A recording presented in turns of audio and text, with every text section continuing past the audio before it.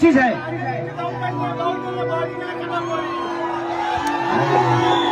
विवाद कराई जा रही है। जिंदगी में एक चीज है, आपके पास अगर 20 रोग आ जाए तो आप खुद ही डॉक्टर बन जाओगे। उसी तरह मुसीबत है, आपके पास अगर 20 मुसीबत आती है ना तो सबसे बड़ा इंसान वो बनता है, क्योंकि मुसीबत से निकलने उसे आता है। तो कोशिश करिए कि मुसीबत आपको भी आए और उससे निकलना सीखिए। इस दुनिया में हर वो चीज पड़ी नहीं रहती है, और जिस काम में मेहनत नहीं वो काम नहीं होता है। तो कोशिश करिए कि हमें काम करना है। क्या बात कि देखा न सटन के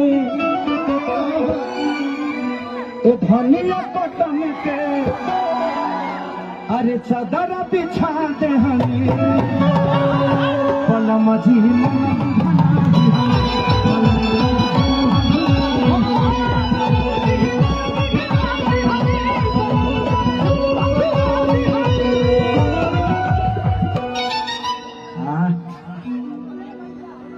अच्छी कौन खाता है? कहने वाला की तरफ माइयो क्या लगा अजी तो डिमांड लाइक है, तोरा मौसी के डिमांड बा। अब देखो बेटा, इस उम्र में नाचोगे, तुम्हारा सिस्टम बहुत छोटा छोटा है अभी। हाथ छोटा है, पैर छोटा है, तुम्हारा लोग दूसरे जगह रहे लो।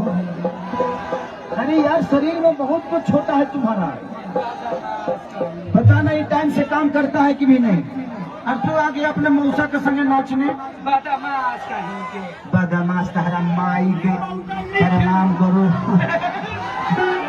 नाचोगी पता? हाँ, चलिए इस लड़के के हौसले के लिए ताली बजाइए आप।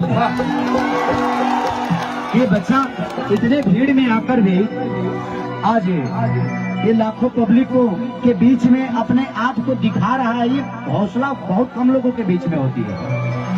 इसके लिए चल बेटा, आज नाच नाच, तुरमाइयों का कहे कि बेटा पैदा पहले बनेगा।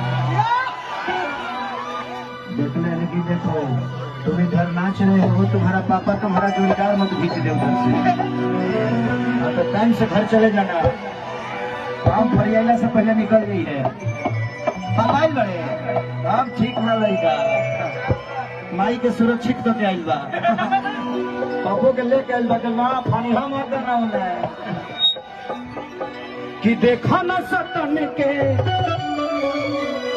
अरे कपड़ा कटन के, देखा चादर बिछा दी हनी भला माझी मन पिघला दे।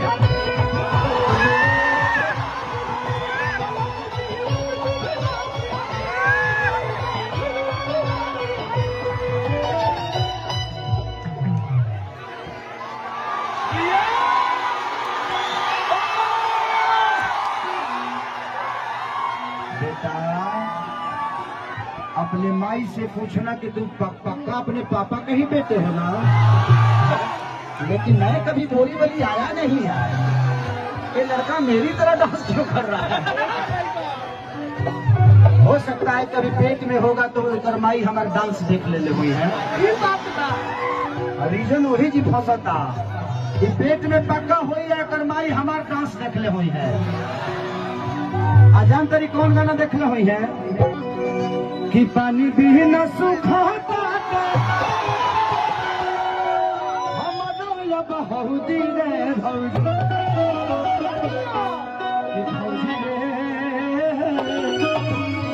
पियावारा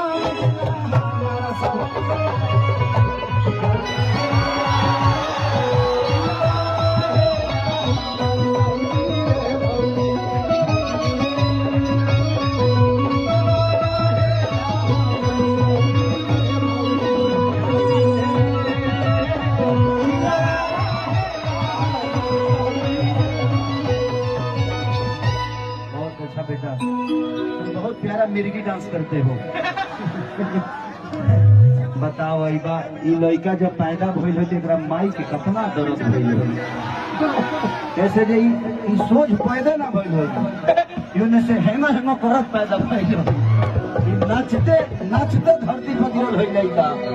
बहुत अच्छा बेटा, एगो तुझे भाई अपना माई से कह दे जल्दी खींच दे, ले खेसारी मौसा संगे काम मिली। बहुत अच्छा, बहुत अच्छा, थैंक यू मेरा बेटा, thank you thank you thank you. जाओ जाओ नंबर बाटा मास कही के नंबर मांगत है। हमार बुझातनी तोर पक्का तोर माई नंबर मांगले होई, ते ना मांगले हो चले बहुत नंबर हम तोरा माई लगे आए कहे चोखा लिट्टी बना के रखी है। बहुत अच्छा लड़का, इस लड़के